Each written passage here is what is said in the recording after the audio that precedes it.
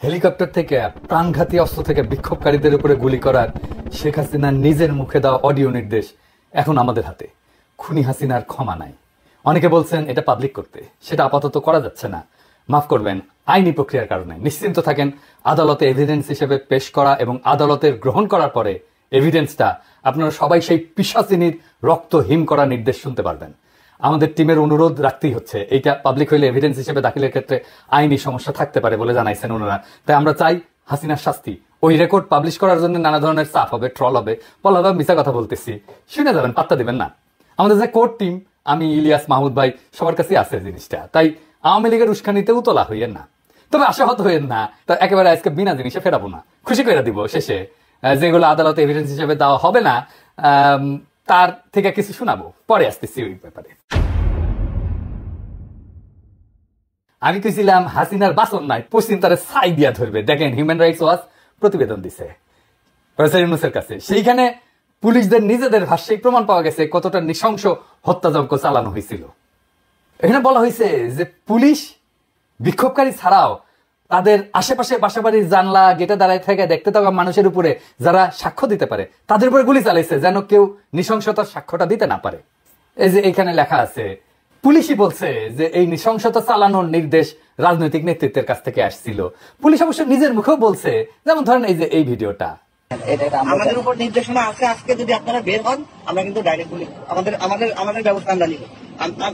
শীর্ষ কর্মকর্তা সিসিটিভি দেখছে, ভিডিও গেমস যেমন খেলে এরকম দেখে দেখে দায়িত্বরত কর্মকর্তাদের এমন ভাবে গুলি করার নির্দেশ দিচ্ছিল যেন তারা ভিডিও গেম খেলতেছে। পুলিশের গুলি করার নিয়ম পায়, সেখানে গুলি না করে শরীরের বিভিন্ন প্রধান অঙ্গ প্রত্যঙ্গে সিসার বুলেট ব্যবহার করে গুলি করছিল, শরীর লক্ষ্য কইরা। এমনকি যখন তাদের জীবনের উপরে, মানে পুলিশের জীবনের উপরে আঘাতের কোনো ধরনের শঙ্কা ছিল না।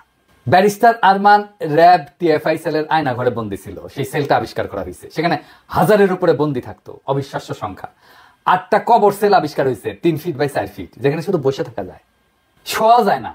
অনেক এভিডেন্স নষ্ট করা হইলো, পুরা স্থাপনা বিস্ফোরণে উড়ায় দেওয়ার পরিকল্পনা করছিল জল্লাদেরা, যেন এই এভিডেন্স বাইরে না আসে, ওই দিন যেন ফিরে না আসে হাসিনার দিন। সেটা নিশ্চিত করার জন্য বিশাল কাজ বাকি আছে ভাইরা, এখনই ক্ষান্ত দিয়েন না। অনেকে বলছেন যে সিরিয়াজে 1 মাসে করলো, তা আমরা 6 মাসে কেন করতে পারি নাই? তার উত্তর হচ্ছে, আমাদের পুরো একটা হোস্টাইল প্রশাসনের সাথে কাজ করতে হচ্ছে। পুরাই তো হাসিনার প্রশাসন। বিপ্লবের পক্ষের শক্তিকে দূরে সরায় রাখা হয়েছিল, তাই আমাদের ক্রুশিয়াল শক্তিকে কাজে লাগাতে পারে নাই সরকার। বিপ্লবের শক্তি নানা ধান্দায় ব্যস্ত হয়ে গেছে। তো এই কাজকে ফ্যাসিলিটেট করার জন্য যে প্রভাব, ইনফ্লুয়েন্স দরকার, তেমন মানুষের সংখ্যা তো কম। তবে কাজ হইতেছে, ভরসা রাখেন, সরকারকে নির্বিঘ্নে কাজ করতে দেন। দাবি দেওয়ার নামে অরাজক পরিস্থিতি তৈরি করে সরকারের চলার পথকে কণ্ঠকাকীর্ণ করে দেবেন না। এই সরকার যেন বেশি দিন থাকতে না পারে, এটাই আওয়ামী প্ল্যান, এটা এজেন্সির প্ল্যান। এই এজেন্সিগুলোর উপরে কর্তৃত্ব স্থাপন করা যায় না এখনো তারা স্যাপোটাস করে নানা জায়গায়। ভাই, ফেসবুকে চিল্লায় কাজ হয় না, মাঠে কাজ করতে হয়। সেটা সময় লাগে, এনার্জি লাগে, ঘাওড়াদের দাবরানি দেওয়া লাগে। এই কাজ যারা করতে পারবেন না তারা হুদাই লাগেন না মানুষজনের পিছে। আমার পিছনে লেগে আছে অনেকজন, আর কি লেগেন না, লাভ নাই আর কি, লেগে কোনো কিছু করতে পারবেন না আর কি। আমাদের এই মুহূর্তে করণীয় হইতেছে প্রফেসর ইউনূসের সরকারকে সর্বাত্মকভাবে সহায়তা করা। প্রফেসর ইউনূসকে বলতে হবে যে আপনার উপদেষ্টা পরিষদ পুনর্গঠন করেন, দক্ষ তরুণদের উপদেষ্টা পরিষদে অন্তর্ভুক্ত করেন। দেশের মধ্যে আওয়ামী লীগারদের দাবরানির উপরে রাখার জন্য সব ধরনের কৌশল নিতে হবে। আওয়ামী লীগের পক্ষে যেই কথা বলবে তারই দাবরানি দেওয়া হবে। দেশের বাইরে যারা আওয়ামী লীগের পক্ষে কাজ করতেছে তাদের বিরুদ্ধে আমাদের ফরেন মিশনগুলোকে সক্রিয় করতে হবে। ওই যে সেদিন দেখেছিলাম না, কানাডার একজন আমাদের ভাইদের নাম থাম ছবি টবি দিয়া প্রচার চালাচ্ছে, ওদের নাকি পিটাবে। ওই ইত্তেফাকের নাকি কানাডার প্রতিনিধি, ওই ইত্তেফাকে কানাডার প্রতিনিধি থাকে কিভাবে? ইত্তেফাক ভালো হয়ে যান। হাসিনার লেসপেন্সারি করেছে আপনার মালিক, এখন এই সমস্তকে আশ্রয় দিতেছেন, সামাজিক প্রতিষ্ঠা দিতেছেন। পুলিশে যারা অসহযোগিতা করতেছে তাদের নির্দয়ভাবে অব্যাহতি দিতে হবে। তারপরে সবার সম্পদের খোঁজ নিয়ে টান দিতে হবে। ইন্ডিয়ান সকল ইন্টারেস্টকে, সকল পণ্যকে বর্জন করতে হবে। ইন্ডিয়ার সাথে লটর পটর যারা করতে যাবে তাদের সামাজিকভাবে লজ্জা দিতে হবে। মিডল ক্লাস আর আপার মিডল ক্লাসের মধ্যে যারা আওয়ামী লীগের পক্ষে আওয়াজ তুলতেছে, কাজ করতেছে, তাদের দৌড়ানির উপরে রাখা হবে। সোশ্যাল মিডিয়া ফলো করা হবে। এদের সবার অপ্রদর্শিত আয় আছে, ফাইল ওপেন করেন, কিছু করতেও হবে না, শুধু ফাইল ওপেন করেন, পেটের গু শুকায় জিলাপি ঘুটা হয়ে যাবে। যারা হত্যা করছে আমার ভাইদেরকে, সন্তানদেরকে গুম করছে, পুলিশ, র্যাব, ডিজিএফআই, এদের প্যাকেট করে ফেলতে হবে। বাধা দিতে থাকলে এমন কৌশল না হবে যেন বাধা দিতে না পারে। আমার কাছে কৌশল আছে, ওই জাউরামুর স্ট্র্যাটেজি আছে, শিওর শট। হ্যাঁ, সোনাদির বডিগার্ড, ওই হ্যাঁ সোনাদির বডিগার্ড ওই ছিল ভদ্রলোকের সাথে ভদ্রতার, জাউরাদের সাথে ডাবল জাউরামি। নাহলে আপনি গেলে মরছেন, আমি সেটা ফলো করি। ইন্ডিয়ার এখন মূল প্ল্যান হইতেছে প্রফেসর ইউনূসকে সরানো। প্রফেসর ইউনূসের ব্যাপক আন্তর্জাতিক গ্রহণযোগ্যতার জন্য বাংলাদেশে ইন্ডিয়া কিছুই করতে পারতেছে না। প্রফেসর ইউনূস ইন্ডিয়ার গলার কাটা হইয়া দাঁড়াইছে, এই কাটা সরাইতে চাইতেছে ইন্ডিয়া। এই জন্য নির্বাচন দিয়ে সরে যাওয়ার চাপ তৈরি করতেছে, যেন বাংলাদেশকে আবার দখল করতে পারে ইন্ডিয়া। বাংলাদেশের রাজনৈতিক দলগুলো না বুঝে আওয়ামী লীগের সাথে আনন্দ চিত্তে ইন্ডিয়ান এই পরিকল্পনা বাস্তবায়নের জন্য কামলা দিয়ে যাইতেছে। মনে রাখবেন, প্রফেসর ইউনূসের অকাল বিদায় মানে ইন্ডিয়ার পুনরায় বাংলাদেশের তালুকদারি বহাল। এই জন্যই ফেব্রুয়ারিতে আওয়ামী লীগ কঠোর আন্দোলনে যাবে বলছে। আর বিএনপি নাকি সরকারকে সঠিক পথে আনতে আন্দোলনে নামবে। কোন পথে গেছে সরকার? কোন বেপথে গেছে সরকার? সঠিক পথ মানে কি? তবে আওয়ামী লীগ বিএনপি একই সাথে আন্দোলন করেছে, দেখেছেন তো? একই সময় আলহামদুলিল্লাহ দুই রসুনের এক জায়গায়, এটা বুঝাতে পারছেন তো? বিএনপি চায় আন্দোলন, আওয়ামী লীগও চায় আন্দোলন। বাহ, কি মজা! সরকারকে নাকি নির্বাচনে বিলম্বের যৌক্তিকতা তুলে ধরতে হবে, তাই নাকি? বহুত খুব সালাউদ্দিন সাহেব, আমরাই সরকার, এটা আমাদের সরকার, আপনার না হইতে পারে, আমরাই দিব যৌক্তিকতা। ড্যাং ড্যাং করতে তো গেছিলেন ক্যান্টনমেন্টে যে সরকার গঠন করার জন্য। এখন সরকারকে অন করেন না, না এখন সরকার আপনার না, আমাদের সরকার, আপনার না হইতে পারে, তবে দিব, আমরাই দিব যৌক্তিকতা। আগামীকাল দেই, মাইনা নেবেন আমি শিওর।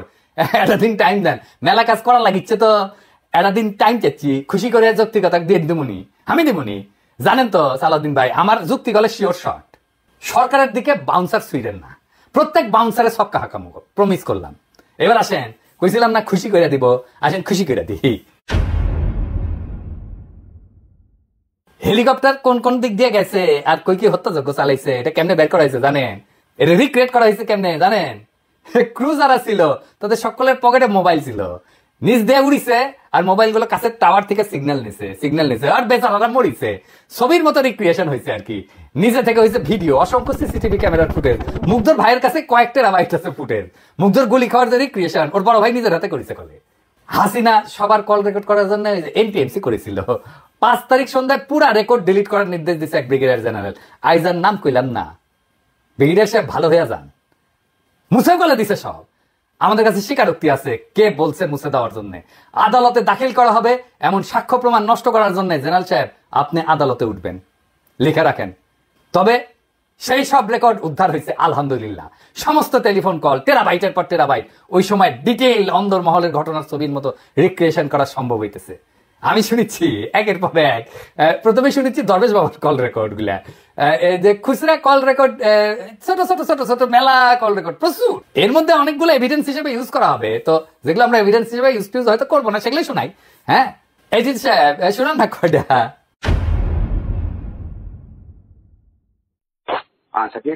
স্যার ওরা আবার আসছে অ্যাটাক করতে, তো এর মধ্যে আর্মি নাকি একবার ছিল, তখন এখন কি অবস্থা হয়েছে ভাই? আমার তো ডিটেল দরকার নেই, এখন কি অবস্থা হচ্ছে? 100+ লোক দরজা ভেঙে ভেতরে ঢুকছে, গেট ভেঙে, মেইন গেট।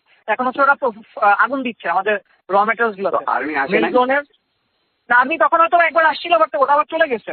এখন নতুন হচ্ছে বাঞ্চ আসছে, এখন নতুন করে হচ্ছে আবার জড়ো হয়েছে। আর শাকিল ওখানে কি অবস্থা? ওখানে হ্যাঁ, ওখানে ওই বাজারের ওখানে ওরা স্টে করতেছে, আর মাঝে মধ্যে ড্রোন পাঠাচ্ছে উপর দিয়ে, এবং এখন একটু পিছনে হটে আছে, বাট স্টে করতেছে ওখানে এখনো। এই মাত্র কথা বললাম, বলবো যে এখনো ওরা স্ট্যান্ড নিয়ে আছে যে সুযোগ পেলে আবার ঢুকবে। জি জি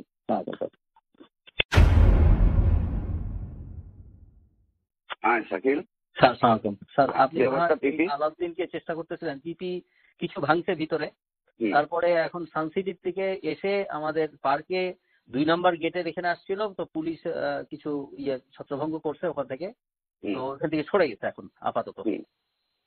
এরা কারা ছিল? এরা স্যার ওই বাইরের, মানে এরা তো কোনো ছাত্র না, বাইরের এরা। না ছাত্র না তো বুঝলাম, কিন্তু আমাদেরটাকে কেন টার্গেট করতেছে? নিশ্চয়ই প্ল্যান করে টার্গেট করতেছে। এটা তো স্যার এই মুহূর্তে আমি বুঝতে পারছি না। চলে গেছে, হ্যাঁ ওদেরকে পিছায় হটাইছে এখন। আর আমি স্যার আছি ঢাকা অফিসে আজকে। ঠিক আছে, জি স্যার, আপনি ফলো করেন, তাই আমাকে জানাতে থাকেন। জি আচ্ছা স্যার, জি হ্যাঁ স্যার। আসসালামু আলাইকুম স্যার ভালো আছেন? স্যার আলহামদুলিল্লাহ স্যার। আচ্ছা, ওই আইএফআইসি তে তো আপনি মঞ্জুরকে দিয়ে দিয়েছেন, স্যার রাশিদকে দেবেন না? রাশিদকে দিয়ে দেন স্যার। একটু আমাদের স্যার হলো কি, ওই যে এরা যারা ছিল, মানে যেমন স্যার যে এই এগুলো আমাদের মানে এফডির পজিশনের এগেনস্টে, আর ফাইন্যান্সিয়াল ইনস্টিটিউশন ডিভিশনে যারা, ওদের এগেনস্টে আবার ফাইন্যান্সিয়াল ইনস্টিটিউশন দিতে হয়, মানে এরকম একটা ইয়ে আছে। একজন একজন করে স্যার দিচ্ছি, আমি দিব না সেটা বলি নাই। না, আপনি রাশিদকে দিয়ে দেন, আমার রাশিদ দরকার আব্দুর রহমান। আর থার্ড ম্যান যে আরেকটা তো মুস্তফাও তো এখন চলে যাবে স্যার ওদের তো, হ্যাঁ ও তো বোধহয় আর কিছুদিন সময় আছে স্যার, অক্টোবরে চলে যাবে। বললে স্যার আমরা আমাদের আমার মনে হয় স্যার যদি আপনি যদি স্যার এফআইডি থেকে কাউকে চুজ করেন তাহলে একটু সুবিধা হয় আর কি। কারণ এরা তো স্যার এই যেমন স্যার যে যাদের এগেনস্টে দিচ্ছি ওনার তো এফআইডিতেই ছিলেন আর কি, আমাদের জাফর ইকবাল স্যার, কামনা ম্যাডাম, এটা আর কি। ওইটা হলে স্যার ভালো হয়। না, আপনি ওটার জন্য আপনি এক্সেপশন করে দেন, আপনি 2 জন ফাইন্যান্স থেকে দেন, 1 জন ব্যাংকিং থেকে দেন। আচ্ছা ঠিক আছে, এটা সময় করে করে দিবেন, আপনি এক্সেপশন করে দেন, বিকজ আমার কিন্তু আমার জন্য very important. I want the right. না আপনার স্যার আপনি যাদের পছন্দ করছেন ওরা সবচেয়ে খুবই ভালো স্যার, এটাতে কোনো মানে এটাতে কোনো ইয়ে নাই স্যার। ঠিক আছে, ঠিক আছে স্যার, আমি okay okay, sir thank you thank.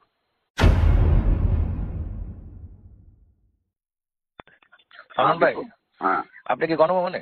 হ্যাঁ আমি আসতেছি আর কি, এটাই। আচ্ছা, আপাতত ওই যে ইয়েদেরকে ডাকছে, ফ্যামিলিদের শুনলাম, কোন ফ্যামিলি? ওই যারা গুলি খেয়েছে। আচ্ছা আচ্ছা, আজকে 11টায় ডাকছে।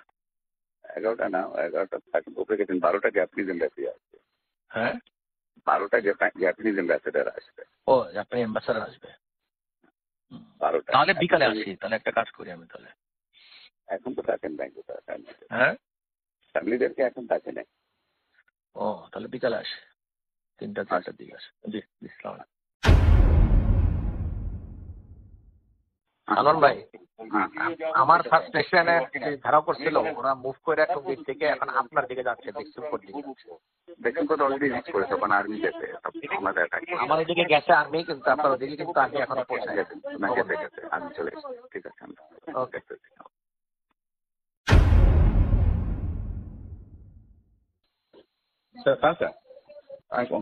আচ্ছা, আরেকটা ওই আপনারা যে ন্যাশনালাইজ ব্যাংকে কি ডিএমডি প্রমোশন হচ্ছে নাকি? না স্যার, এখনো ধরা হয়নি। ধরা হয়নি? কবে ধরবেন? লিস্টগুলি চাইছেন নাকি? ব্যাংকগুলি থেকে লিস্ট গেছে আপনাদের কাছে, তারা এলিজিবল হইতে পারে, কিন্তু হ্যাঁ এখনো প্রসেস শুরু হয় না এইভাবে, এত চিন্তা ভাবনা। ও আচ্ছা, ওরা নিজেরা হয়তো লিস্ট দিচ্ছে। ও ডিএমডি তো স্যার হয় হলো যে জিএম থেকে হয়। জিএম থেকে ডিএমডি হয়, তো ওটা আপনার প্রসেসটা কি কবে শুরু করবেন? এটা স্যার আরো সময় আছে, বসতে হবে, সময় আছে স্যার। ঠিক আছে। আমার একজন আছে, আমি আপনাকে হোয়াটসঅ্যাপে নাম পাঠিয়ে দিই। ওই জনতা ব্যাংকের মিজান বলে একজন আছে জিএম, সিনিয়র মোস্ট আছে, সে সিনিয়রিটিতেও সে পাবে, ইজ ভেরি গুড। ঠিক আছে, যখন শুরু করবেন তখন একটু খেয়াল রাখবেন। আচ্ছা ঠিক আছে, ওকে, থ্যাংক ইউ।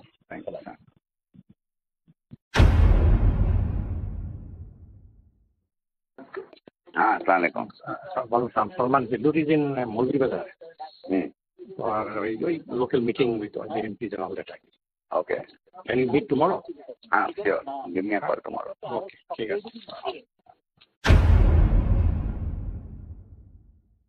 জি সালমান ভাই।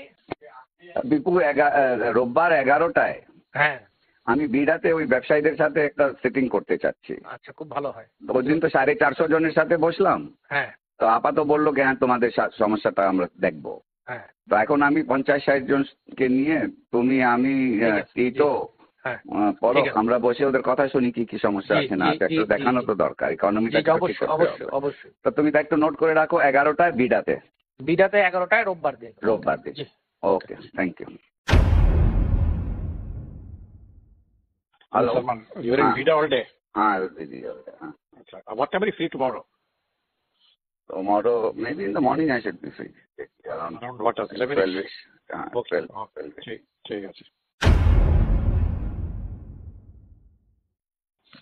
Hello, are you back in office or? No, I'm not back. I will be back. Come to my home around 5:30 or 6 Okay. o'clock. Okay. Come to my home at 6 o'clock. That is Okay, better. we'll do that. 6:30 do that. ঠিক আছে। Pasha আসো। Okay. Hello. Hello. Lines are not clear, right? Hello. Hello. हाँ, ठीक है, अभी वो किया जा रहा है, क्या?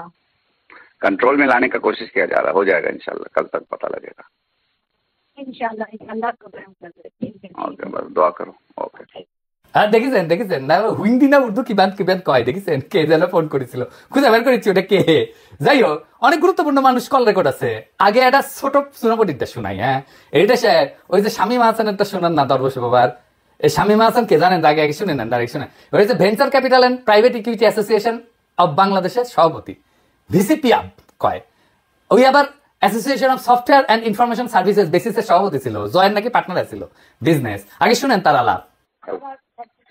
আসসালামু আলাইকুম স্যার, আমি শামীম বলছিলাম। কোন স্বামী? শামীম, আমি ওই ভেঞ্চার ক্যাপিটাল অ্যাসোসিয়েশনের প্রেসিডেন্ট, বিসিসির পাস প্রেসিডেন্ট স্যার। হ্যাঁ। একটু গাইডেন্স নেওয়ার জন্য ফোন দিলাম স্যার। আমি মাত্র বিসিসিআই বিএসসি সবার সাথে কথা বললাম। আমাদের তো স্যার একটু এখন মানে ব্যবসায়ী সমাজ থেকে বিবৃতি দেওয়া, তারপর কার্ফিউ উঠলে শান্তি সমাবেশ করা, আমাদের একটু স্যার সবার তো অ্যাক্টিভ হওয়া দরকার স্যার। তো করেনি এগুলি? হ্যাঁ, আমি তো আমাকে বলতে হবে কেন? এটা আপনারা করেন। জি স্যার, করতেছি স্যার। আপনি একটু গাইডলাইন আপনার উদ্যোগ নেন। জি স্যার, আমি এখনই সবার সাথে কথা বলতেছি স্যার। উদ্যোগ নেন, এটা নেন। জি ঠিক আছে স্যার। ওকে ওকে স্যার। জি জি আপনারা কন্ডেম করেন। জি স্যার, ওইটাই করতেছি স্যার। আপনারা নিন্দা জানান। আপনারা নিন্দা জানাচ্ছেন না কেন? জি স্যার, ওইটাই করতেছি স্যার, সবার সাথে কথা বলতেছি স্যার। জি স্যার, ঠিক আছে স্যার। Thank you. ওকে জি তাহলে। ওরে দেখেন কেমনে প্রথম আলো কেমনে ওরে চাঙ্গে তুলিছে, দেখেছেন? প্রথম আলো ওর লেখা চাপে, ওর খবর চাপে, দেখেছেন? ও কেমনে এলিট বানাইছে প্রথম আলো, দেখেছেন তো? এটা শুনবেন না? আচ্ছা থাক। বস্ত্রকল মালিকদের সংগঠন Bangladesh textile mills association BTM এর সভাপতি, আম্বার গ্রুপের চেয়ারম্যান, বিটিএম এর সাবেক সহসভাপতি শওকত আজিজ রাসেলের এর আলাপের ক্লিপ আছে, আজকে শুনলাম কিছুক্ষণ আগে। উই করছে যে ইন্টারনেট যখন বন্ধ আছিল তখন দরজ বাবা ফোন দিছে, ফোন দিয়ে করছে যে আমরা মানে ওই রাসেল আপনাদের টেকনিক্যাল অ্যাসিস্ট্যান্ট দিচ্ছি, কিভাবে আপনি যারা ভিপিএন ইউজ করে ইন্টারনেট অ্যাক্সেস করবে তাদের আইডেন্টিফাই করবেন। বুঝেছেন মাদারচোদ? আমি তো ধরতাম না রাসেল, দেখলাম জিল্লুরের তৃতীয় মাত্রায় গিয়ে ফেচিবাত করিচ্ছু। হ্যাঁ হারাম দাদা, হাসিনার আমলে গাছের কাছে এখন তলার করে বেড়ে শিশু জিল্লুর, আপনি মিয়া মানুষ পান না? এই সমস্ত দুর্বৃত্তদের ধরে আনা ফুটেজ দেন। তৃতীয় মাত্রায় কোনোদিন একজন গার্মেন্টস শ্রমিককে আনিছেন? কাজের বুয়াক ডাকিছেন, রিক্সাওয়ালাক ডাকিছেন, কৃষক ডাকিছেন? খালি বড় লোকার এলিট। হ্যাঁ, ওদের খুব ভালো গন্ধ না, ওদের তো দুর্গন্ধ। ওই হারামজাদাদের কাছে আমাদের দেশের কথা শোনা লাগবে কা? যখন ওই যে এনটিএমসি তৈরি হচ্ছিল তখন যারা এই কল রেকর্ড করেছিল আর কি শুনেছিল, তারা প্রেমিক প্রেমিকার নাকি রসালো প্রেমময় আলাপ আলাদা করে রেকর্ড করতো, আর ওটা শুনে নাকি লাগতো। আর দেখেছেন আমার কি করা লাগিছে, দেখেছেন? শালা দরবেশ বুড়া বেটা খাটাস, ভালো করে বাংলাও কবার পারে না, উহুর সব অশ্লীল ফোন আলাপ শুনে ট্রান্সক্রিপ্ট করা লাগিচ্ছে কোন টাইমে কি ঘটেছিল।